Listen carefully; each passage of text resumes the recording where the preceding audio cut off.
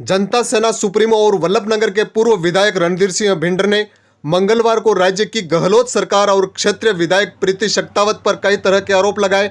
उन्होंने यहां तक कहा कि क्षेत्रीय विधायक ने उपचुनाव के वक्त किए वादों को भी पूरा नहीं किया, तो सरकार भी ऋण माफी जैसे झूठे वादे कर सत्ता में तो आ गई, लेकिन अब तक किसानों के साथ धोखा कर रही है, तो पूर्व सरकार की योजनाओं का भी नाम बदलकर वाहवाही लेने में मस्त है।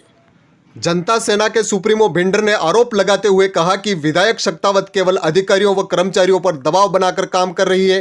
पूर्व विधायक ने यहां तक आरोप लगाया कि पालिका और पंचायत समिति को राज्य सरकार की ओर से मिलने वाला बजट तक रुकवा रखा है। उन्होंने कहा कि विधायक द्वारा ढंग से पैरवी नहीं की गई, जिस कारण भिंडर जिला नहीं बन सका। बाकी जिला बनने के सभी मापदंडों पर भिंडर खरा उतरता है।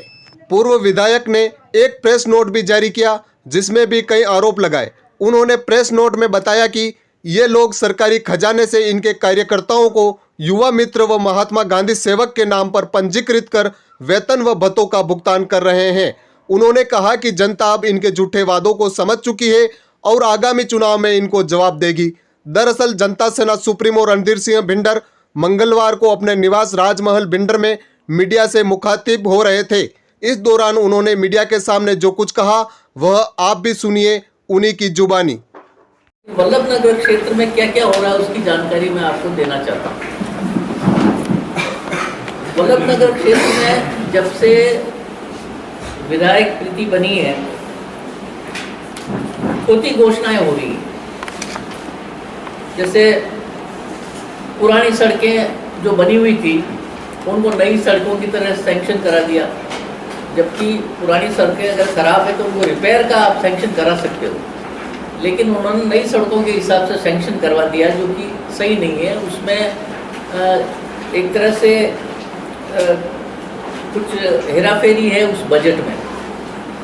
बीनड़ में 100 बेड का हॉस्पिटल की घोषणा की, लेकिन अभी भी 100 बेड वहाँ नहीं है, बल्कि कोई सुविधा भी बीनड़ हॉस्पिटल में नहीं है। कानौड़ में मॉडल हॉस्पिटल की घोषणा की, लेकिन वहाँ पे अभी नाम भी मेरे ख्याल से नहीं बदला, वहाँ पे नहीं बदला। ITI की घोषणा की कानौड़ में, उसकी भी कोई स्वीकृति नहीं आई। फिर 5 साल होने को आए करीब तहसील भवन की इन्होंने कहा था कि हम आते ही तहसील भवन बनवा देंगे, लेकिन तहसील भवन भी अभी तक कहीं नजर नहीं आया। कई पंचायतों में मैं रोज अखबार में पढ़ता हूँ कि खेल मैदान की घोषणाएं की विधायक ने, बाउंड्री वॉल की घोषणाएं की, लेकिन वहाँ पर वित्तीय स्वीकृति की बात करते हैं तो कहीं पर भी वित्तीय स्वीकृति अभी तक नहीं हुई है। भिंडर और कानौड़ में सीवरेज स्कीम की घोषणा भी की थी, अभी पाइपलाइन का काम चल रहा है। अगर सीवरेज स्कीम अभी साथ के साथ चल जाती तो वापस रोड की खुदाई नहीं होती, लेकिन अब पाइपलाइन का काम खत्म होगा, फिर रोड बनेगी, फिर वापस सीवरेज अगर काम आएगा तो वापस रोड खुदेगी और वापस रोड खराब होगी। तो वो जो घोषणा है वो सब छोटी घोषणाएं हैं। दूसरा ये कि जो जनप्रतिनिधि कांग्रेस का नहीं है उसकी पूरी अवहेलना हो रही। राज्य सरकार ने एक सर्कुलर जारी किया था कि कोई भी प्रोग्राम उद्घाटन वगैरह होगा उसमें सभी जनप्रतिनिधियों को बुलाना जरूरी है। उसकी अनदेखी करते हुए विधायक ने जहां जहां पर उद्घाटन किया है वहां पर इनके कांग्रेस के जो कार्यकर्ता है या जनप्रतिनिधि है उनको बुला करके उद्घाटन किया, बल्कि जो शिलापट है उस पर कांग्रेस के कार्यकर्ताओं के नाम भी लिखे हैं, लेकिन जनप्रतिनिधि जैसे प्रधान है, वहाँ का सरपंच है, उसकी अनदेखी की जा रही। पंचायत समिति सदस्य को नहीं बुलाया जाता है। विधायक ने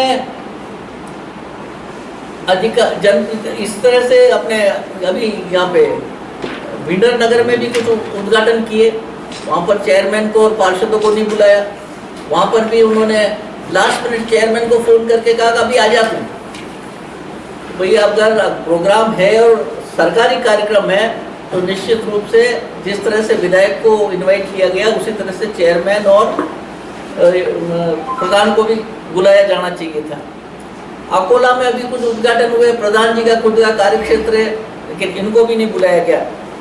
तो इस तरह से एक तरह से जनप्रतिनिधियों की भी अवहेलना हो रही है। भिंडर में कॉलेज की घोषणा हुई और भिंडर में खुशी का माहौल हो गया, साहब कॉलेज खुल गया, लेकिन कॉलेज के लिए नगर पालिका ने जमीन बताई, उसको दरकिनार करके एक पंचायत में जाकर यहाँ से 4-5 किलोमीटर दूर एक पंचायत में जाकर के भवन का शिलान्यास करवाया मुख्यमंत्री जी से और वो बन रहा है।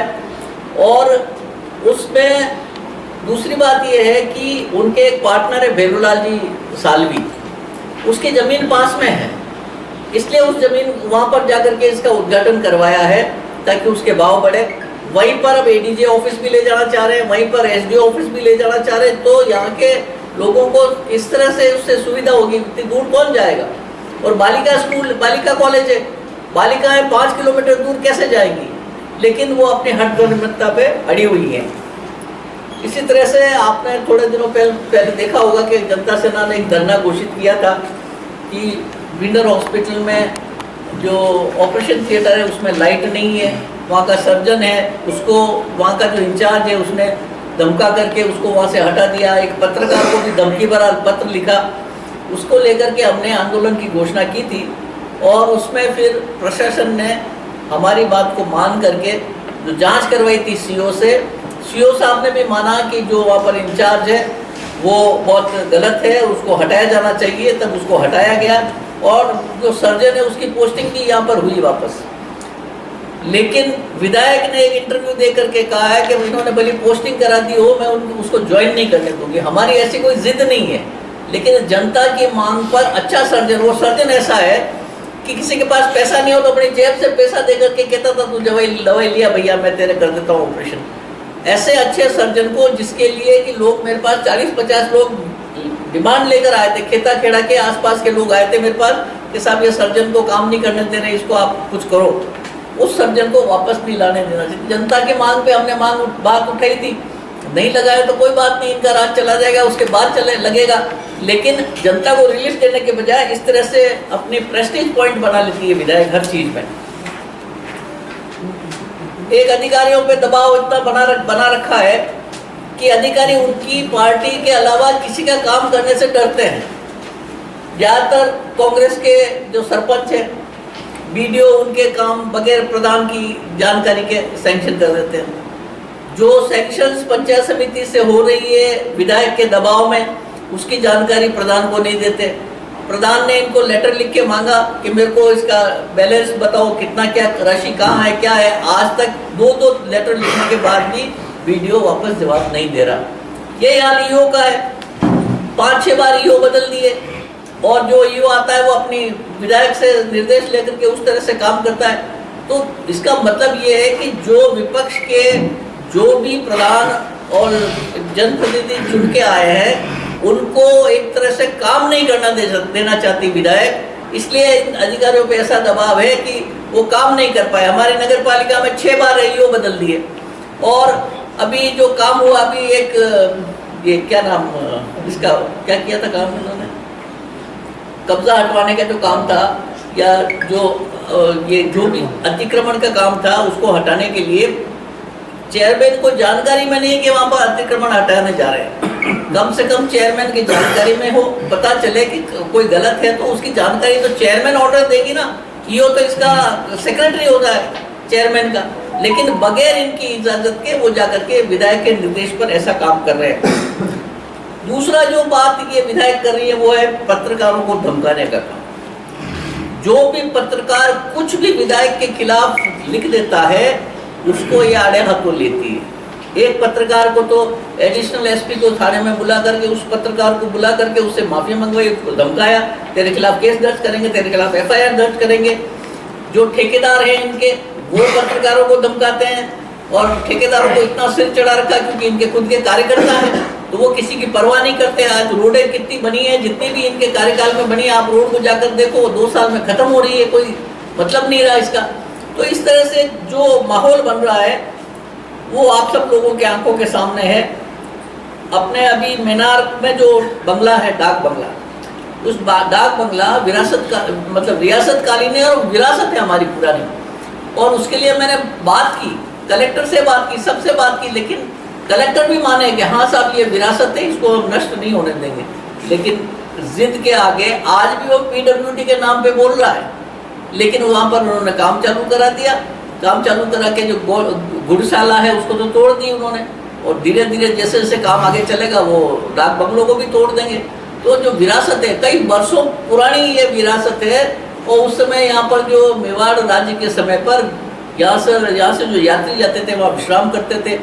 वहाँ पर जो डाक जाती थी वो घोड़े यहाँ पर बदले जाते थे, लेकिन उस सब बातों को अनदेखी करके इन्होंने इस तरह का काम किया है। दूसरा, बिजली की जो घोषणाएं हो रही हैं, कभी 100 यूनिट की बात करते हैं, कभी 200 यूनिट की बात करते हैं, लेकिन अभी तक किसी को कोई रिलीफ मिली नहीं है। और 2000 यूनिट किसानों को देने की जो बात की है, उसमें भी नगर पालिका क्षेत्र के जो किसान हैं उनको इससे अलग रखा है। तो वो भी किसान हैं, उनके लिए क्यों नहीं कर रहे हैं ऐसा?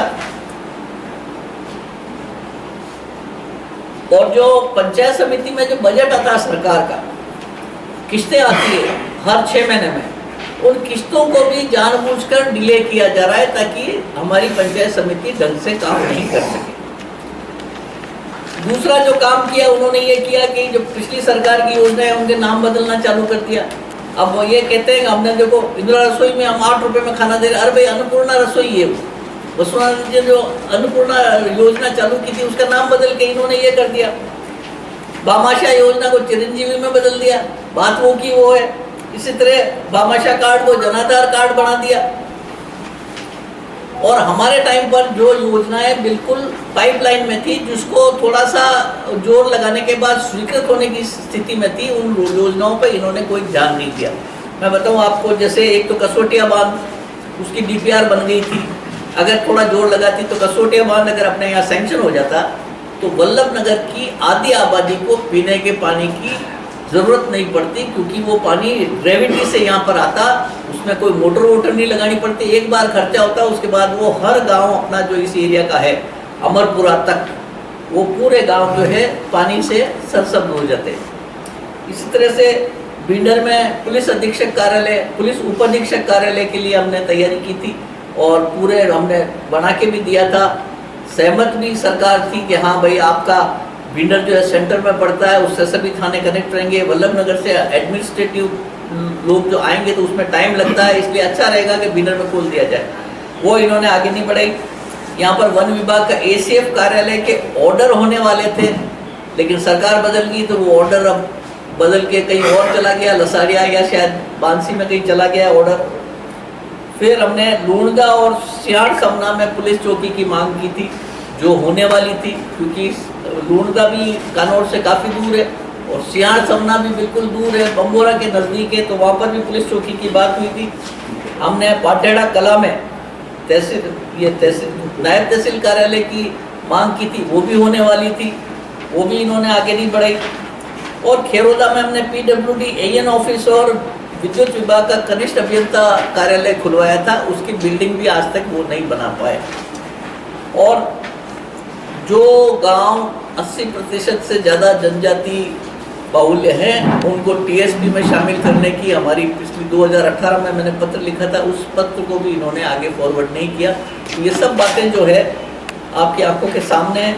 और जिस तरह से ये सरकार काम कर रही है, जिस तरह से विधायक काम कर रही है, बदले की भावना से काम कर रही है, जो स्वस्थ परंपरा नहीं है, जिसमें ये है कि हिल मिलकर विकास का काम होना चाहिए, जिसमें सभी लोगों को रिलीफ मिले।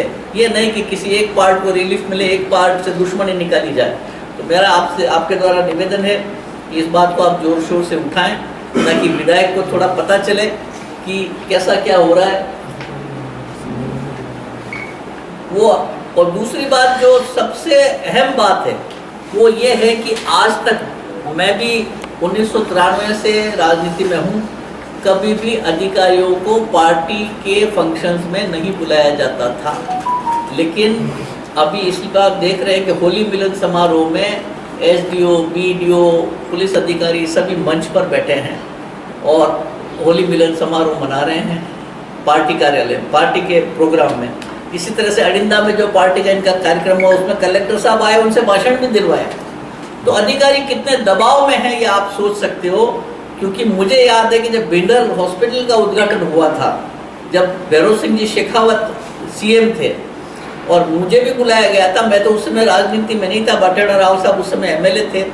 तो वहाँ पर एक अफसर को कोई माला पहनाने के लिए आ गया है, तो भैरव सिंह जी ने कहा क्या इसको कहे कि माला पहना रहे, हटो आप नीचे बैठिए, यहाँ ऊपर कैसे आ गए।